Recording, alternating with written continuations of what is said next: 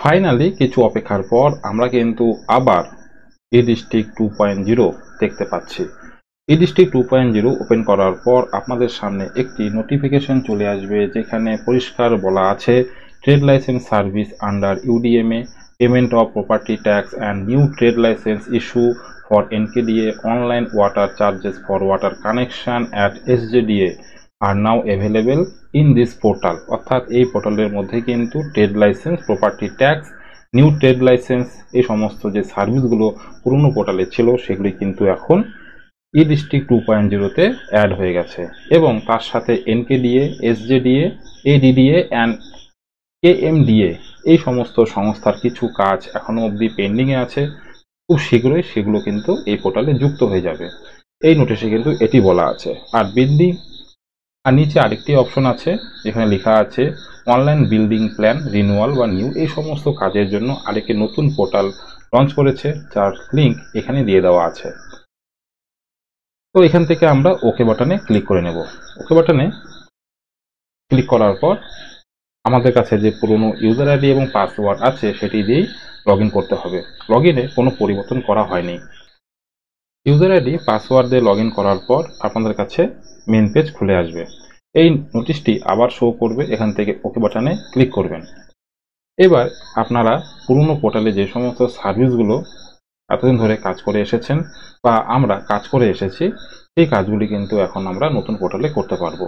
তো আজকে আমি ট্রেড লাইসেন্স একটি রিনিউয়াল করব এই নতুন পোর্টালের মাধ্যমে।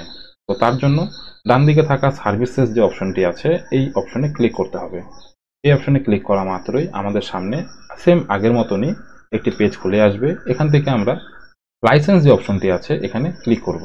এখানে ক্লিক করার পর ডান দিকে যে অপশনগুলো আসবে, এখানে লেখা আছে auto renewal of trade licence in municipal areas, এই অপশনটিতে ক্লিক করব।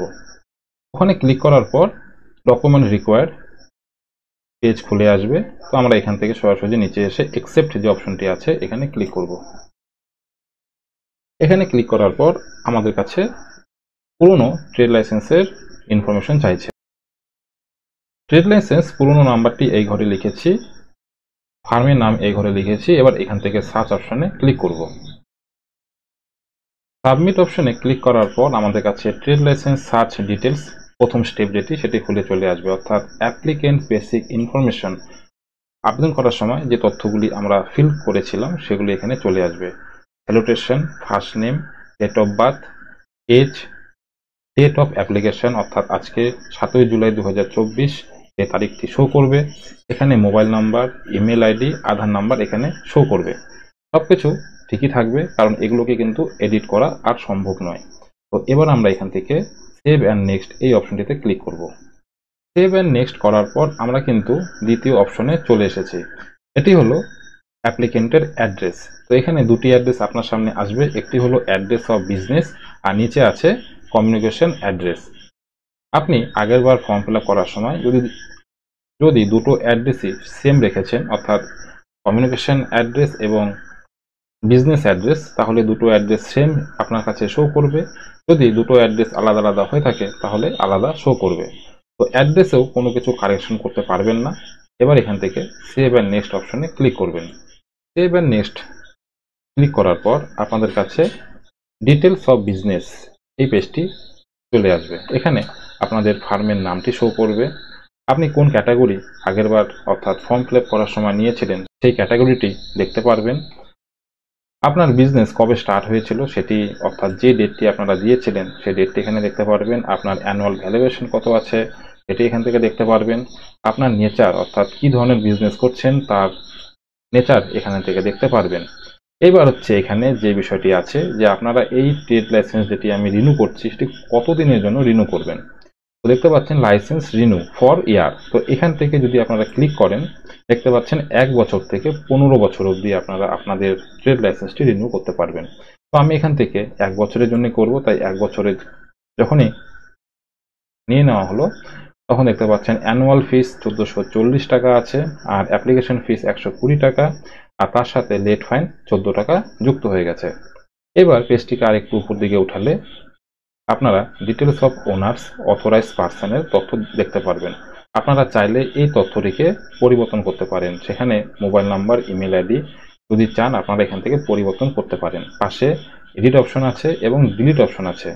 যদি আপনারা এই তথ্যগুলিকে ডিলিট করে দিয়ে অ্যাড র অপশনে ক্লিক করেন, আরেকটি নতুন পেজ খুলে আসবে যেখানে প্রোপাইটার নাম, মোবাইল নাম্বার, ইমেল আইডি নতুনভাবে যুক্ত করতে পারবেন। পেজটিকে একটু উপর দিকে উঠালে এখানে মিউনিসিপ্যালিটি ডিউস আদার দেন প্রপার্টি ট্যাক্স 150 টাকা, লাইসেন্স ফিস এবং টোটাল পেয়েবল অ্যামাউন্ট হচ্ছে 1724 টাকা। এখন আমাকে পেমেন্ট করতে হবে 1 বছরের লাইসেন্স ইস্যু করার জন্য। এবার আমরা এখান থেকে আই অ্যাকসেপ্ট যে অপশনটি আছে এখানে ক্লিক করব। এখানে ক্লিক করার পর সেভ অ্যাজ ড্রাফট এই অপশনে ক্লিক করব। সেভ অ্যাজ ড্রাফট অপশনটিতে সেভ করা মাত্রই আমাদের পাশের অপশনটি যেটি ছিল বন্ধ অবস্থায় প্রিভিউ ডিটেলস এই অপশনটি খুলে গেছে।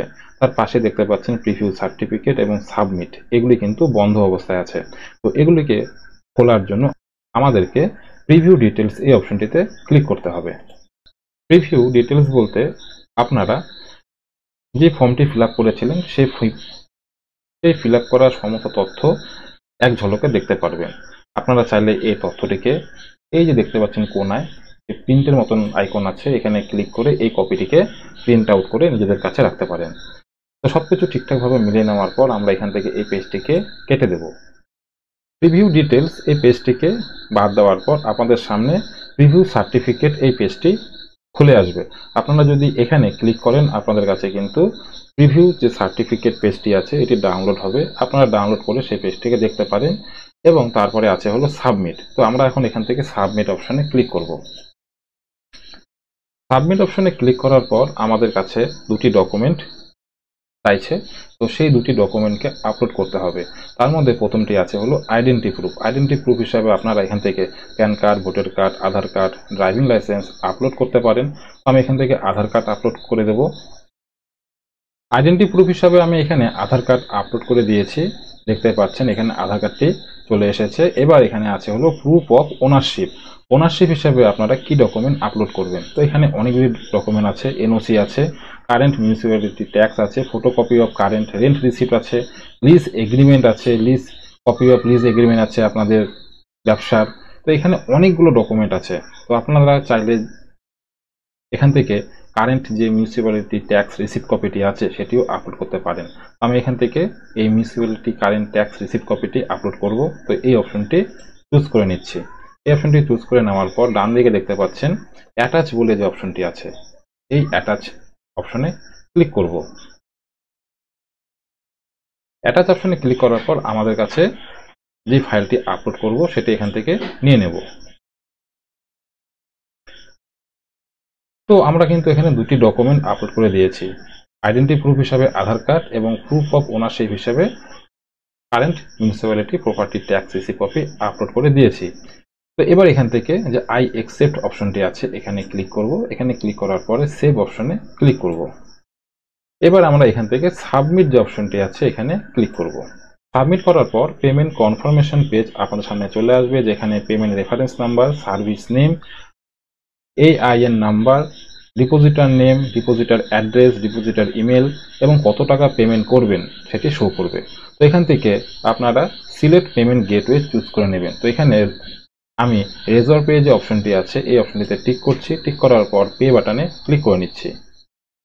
এখানে আপনারা চাইলে net banking, pay using card, pay using card, এখানে HDFC ক্রেডিট কার্ড আছে আর এখানে HDFCর কার্ড সাপোর্টেড অনেকগুলি অপশন আছে। তাছাড়াও এখানে UPI আছে, অর্থাৎ ফোনপে, গুগল পে, পেটিএম, ভীম এই সমস্ত মাধ্যমে পেমেন্ট করতে পারেন। এবং কি চাইলে আপনারা এখানে দেখতে পাচ্ছেন বারকোড আছে, বারকোডের মাধ্যমেও পেমেন্ট করতে পারেন।